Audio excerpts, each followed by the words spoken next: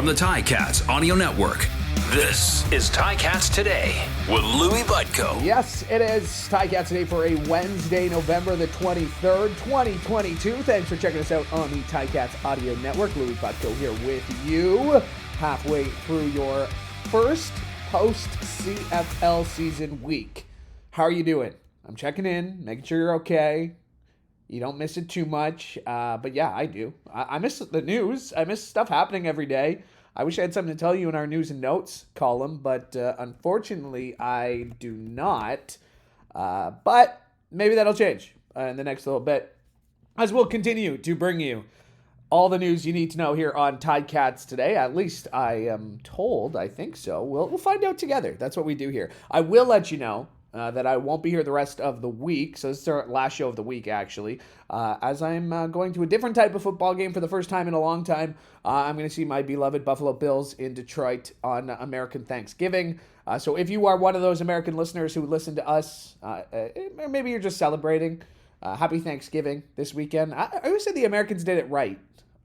The very few things they do right better than us is the 4-day weekend for Thanksgiving.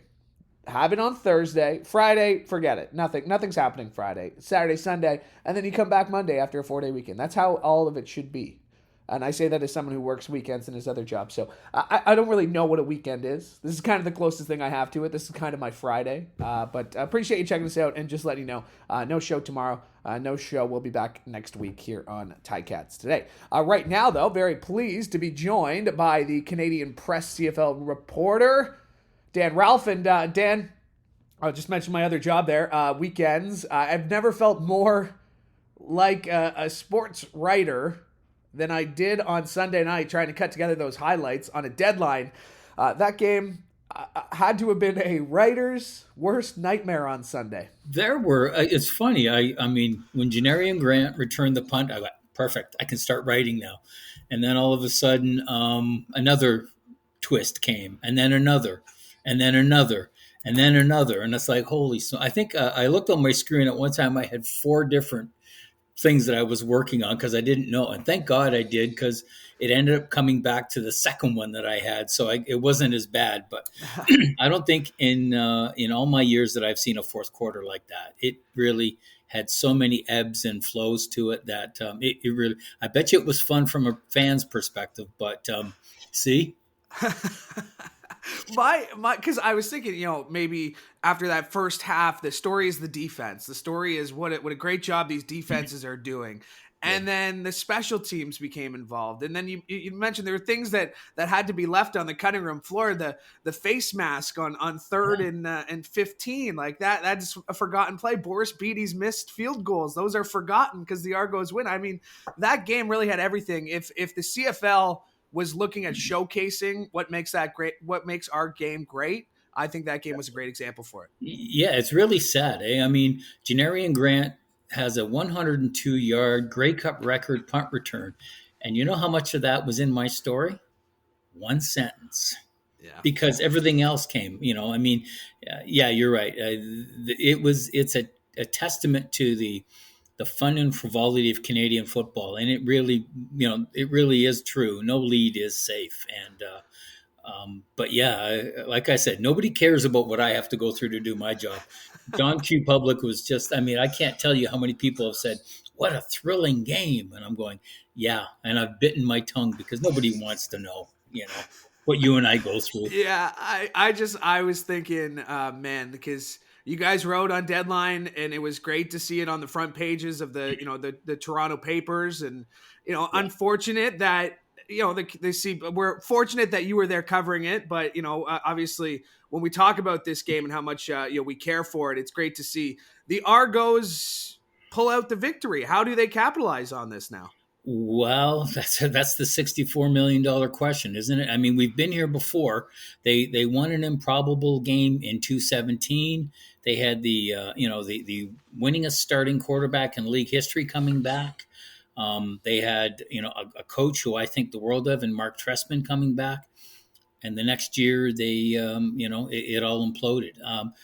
I don't know. It's a really good question, and I go back to 96, 97 when you had arguably the best player in in Argos slash CFL history at the helm, and you had arguably the two greatest Argo teams in history. And in '98, you couldn't capitalize either. So that's, you know what? I hope they can, but past history is not flattering. Let's put it that way. Let's go back to the game. What did it come down to? What was the recipe of success for this Toronto Argonauts team to be lifting the trophy at the end of the game? I mean, there's a lot of luck that goes into it, right? I mean, there's some plays that are miraculous. There's a lot of, but what was the recipe for success for this Argos team in that game? Well, I just looked at it. Winnipeg couldn't put them away. I mean, even after Grant scored and they went up by, I think it was 9, I really expected Winnipeg to capitalize. It was I thought, a momentum changing point in the game, and I thought they would just come back and score, and put the game out of reach. And in my mind, Toronto's defense just did not let that happen. And it's not surprising that the Argos rode their defense to success, because they've done that all year. But to do it against arguably, the reigning two-time MOP, they intercepted him. And Winnipeg also made some really interesting play calls, like why you put Dakota Prukop in the game to throw a long bomb, when if you take a look at the replay, at about 15, 20 yards, he had receivers open, but he wanted to deliver the kill shot. And maybe that's admirable, but you know what? At that point, all you needed to do was to keep the ball and keep moving and to get yourself in position to score again, and to sort of capitalize. And they just kept, in my mind, Toronto's defense just kept giving Winnipeg fits, and it refused to let Winnipeg put them away. Corey Mace is a name that I don't think a lot of people really knew coming into this season. Defensive line coach for a long time in Calgary, but I feel like his stock this season, and he's got a lot of special talent on defense, but I feel like his stock this season and in that game went sky high, and a name that we'll probably be talking about for quite some time. Yeah, I would agree with that. I really would. I mean, let's not forget, Toronto was without, its tackling leader in Wynton McManus. And so in my mind, there might have been a spot there to attack. And to the credit to who, and I can't even tell you who stepped in for him, which is probably the best compliment I can give you, because I didn't have to look up to find out who was replacing Wynton. And of course, Enoch Mwamba came up with a big game. And the secondary, I thought, played a big game too. Now, having said that, there were a couple of times when Zach Collaros went deep for Dalton Schoen in the first half, and both times Schoen was behind the secondary, and once it went off his hands, he couldn't squeeze it, and the second time Zach couldn't get the ball to him, and I thought both times those were opportunities missed. But I mean, give credit where credit's due. That defense, it got to Collaros 4 times. It sacked him. And Robbie Smith had the game of game. I mean, you want to talk about a guy in the fourth quarter who went from hero to goat to hero.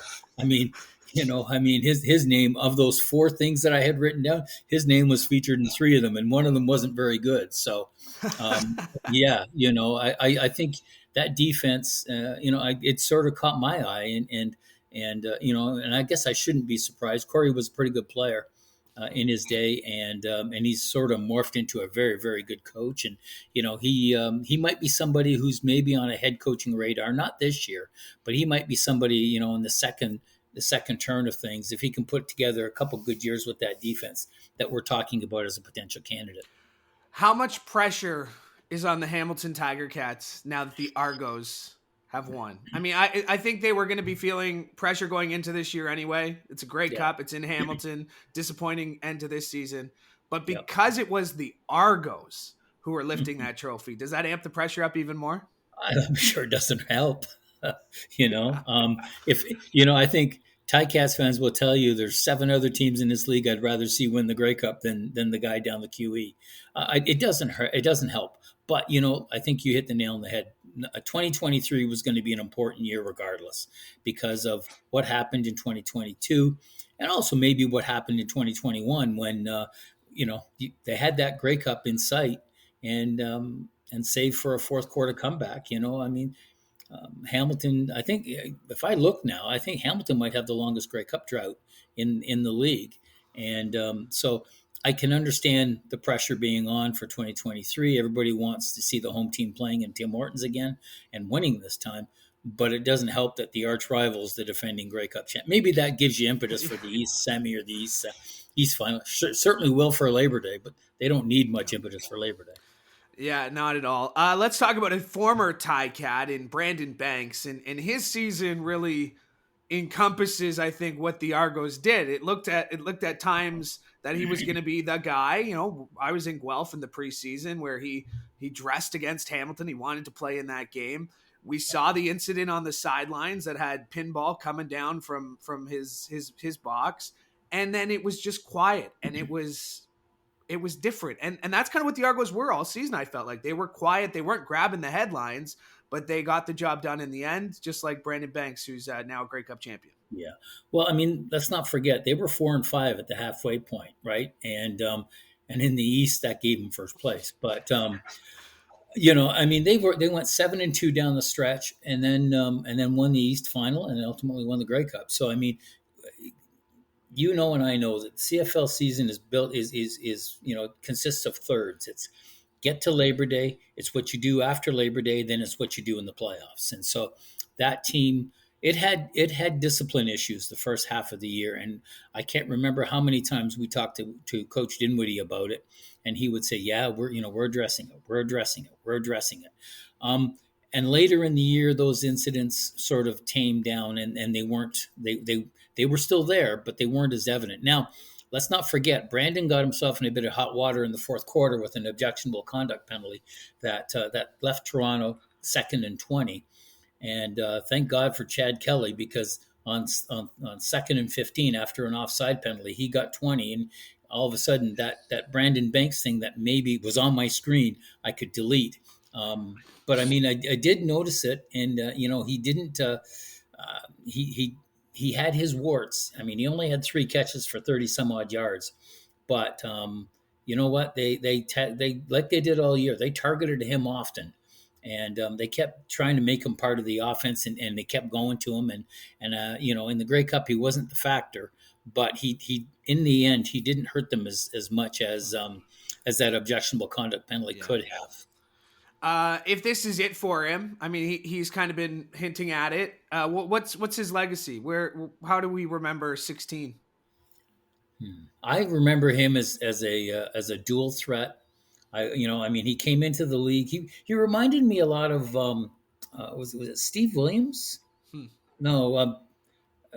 Anyway, the little guy who was a punt returner for Hamilton was the MOP, or was the most valuable special teams guy, and then sort of became a receiver. But I think the thing that Brandon, I remember in 213 and 214 would tell you, I'm a receiver. And we sort of went, yeah, okay, fine. I think he showed that he's a receiver who could also return punts rather than just being a punt returner who was a part-time receiver. And I mean, 219, he was as dominant as I've ever seen a player be. And, I give him kudos. I mean, he stuck to it. I think he could have retired. I think, I wouldn't look down on his career at all without that Grey Cup. But I think to accentuate it with the Grey Cup, to me, it just magnifies in my mind that this guy, he was a pretty good player. Hall of Fame, we have that discussion. But I think the fact that he's a Grey Cup champion, I think that's puts him into the discussion more. Yeah, I don't think he's a first ballot Hall of Famer, but I wouldn't be surprised to see his bust at Tim Hortons Field. Yeah, I would agree with that. I would agree one day. Let's talk off season. The Ticats tried to steal the headlines on Monday of Grey Cup week by acquiring the rights to Bo Levi Mitchell. Coach sounded pretty confident that you don't make this deal unless you're going to sign him. Then Bo goes on the radio in Calgary and says, I'm still going to wait to free agency. What do you make of this situation? Well, they better sign him. That's all I mean, because if they must know something we don't. Because if I would have talked to Bo and he said, no, I appreciate you showing the interest, but I'm going to go to free agency, then I don't make the deal, because you're going to have to negotiate with him after the date in February. So there must have been something. There must be a there for them to pull the trigger on that trade. because I'll be honest, I said it and I will say it again. I still think Toronto is in his crosshairs, for obvious reasons. It's where he can develop a post football career in TV. I think the idea of playing for MLSE, however disjointed that may be, would be an appeal. And I think there's enough former Calgary in Toronto to sort of make him feel maybe a tad more comfortable. So yeah, I heard the same comments you did about what he said that he's going to test free agency, and that surprised me because I thought when Hamilton made the deal that they would have the next day said we have an extension ready for Bo. And the fact that there isn't, I think it's maybe it's a calculated risk. And but again, what we had said, 223 being as important as it is to the Ticats, maybe I see it. But I'll tell you, if they don't sign him and Dane comes back, I think you've created a hornet's nest. Yeah, and that was the point. If you don't sign him, and it'll be interesting to watch. What else are you watching this offseason? Because I think quarterbacks is the big topic, and whether that's for good or for bad, whether it's Nathan Rourke getting a shot in the NFL, just the constant movement. Just your sense on quarterbacks going to be dominating the offseason topics. Yeah, I think quarterbacks. I mean, Nathan's going to be the one guy we're all going to watch to see if he gets an NFL shot. Where Bo ends up, I think, obviously. But I mean, I also want to see who's the head coach in Montreal, who's the head coach in Ottawa, and where are the Saskatchewan Roughriders going to find a quarterback? Does Dane end up there? I mean, I asked someone who I trust about that, and they poo-pooed it. But if Bo ends up in Hamilton, all of a sudden, they're going to have to do either outright release Dane or trade him. And if they trade him, they're not going to be in a position to, in a position of strength because everybody's going to know you're going to have to trade him. So that's the one. In my mind, I would have done this on the QT. I'm not sure I would have made the trade. I would have talked to Bo, and if he said I'm going to go to free agency, I would have waited, and I would, maybe Dane wouldn't have been the wiser, or maybe you tell Dane very quietly, this is what we're going to do. But right now, we all know what's going to happen. We all know what the the cards are on the table, and he's left in limbo here, and I kind of feel sorry for him that way. Well, and it seems like Calgary is the only city that really, the only team that really has it figured out right now. I mean, they can go into this offseason thinking, here's the plan. They can start today, or they have started already. Meanwhile, in BC, like you said, does Nathan Rourke come back? In Edmonton, what's going on with Chris Jones in Edmonton, right?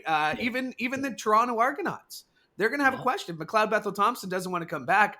Are you ready to give the reins to Chad Kelly based on what you saw in 14 minutes of high intensity action? Yeah, I mean, it's funny. I mean, I tipped my cap. Well, they had no choice, but the kid came in and delivered, and had he not delivered, I think we could have almost said, well, he didn't get much playing time this year. He was a short yardage specialist, but the kid came in and showed a lot of moxie. Now, can he deliver that for 18 games and 2 playoff games and 3, if you have to go that way? But that's a good question. But yeah, there could be, I mean, I have to go to the rally tomorrow, and it'll be another question I ask McLeod Bethel again. Are you clear on your future? And I mean, he was very, very adamant that it was hard being away from his family for 6 months this year, and he's got a young family, and I totally get it. This Grey Cup might be vindication for him to, I was a starter. I was on the starting offense of the Grey Cup champion. And I think any pro will tell you going out on top is the dream. So maybe that is it. But I mean, if there's a new coach in Montreal, where's Trevor Harris fit in all this? Or do they have to go and get another quarterback? At least at BC, if Nathan goes, they've got Vernon Adams Jr., who I think is, he can be a starter in this league. But there's so many teams. Like, what's Ottawa going to do if Jeremiah hits a speed bump with his recovery? And and then there's Montreal, and then there's Hamilton, then there's Ottawa or Toronto as well. I mean, the only 2 teams that seem to know what the quarterback situations are, in my mind, are Winnipeg and Calgary, and everybody else, we don't know. Well, what's going to happen with Michael Shane Winnipeg? That's another, Yeah, I was just about to throw that out to you. What did you make of Grey Cup week? Obviously, a little more back to normal. Is there anything that really stood out to you, whether it was coaches' press conferences, anything the commissioner had to say? Was there any major takeaway? I mean, Grey Cups, they especially when you've done them as much as you have, I'm sure they kind of fall into a nice rhythm. But anything stand out to you in Saskatchewan this year? Yeah, I mean, I'd be surprised if Michael Shea doesn't stay in Winnipeg. I think he'd look, and he's got his quarterback for the next 3 years, and it all starts there. And he's got a good thing going. The only thing that would maybe entice him is a coach and GM role. But I mean, I love Mike to death, but he doesn't have the GM acumen in my mind, and so he'd have to hire somebody to do that for him. He's got a good situation, and they were 1 point away from a three-peat. And they were I'll say it again. They were a competent field goal kicker away from a three-peat.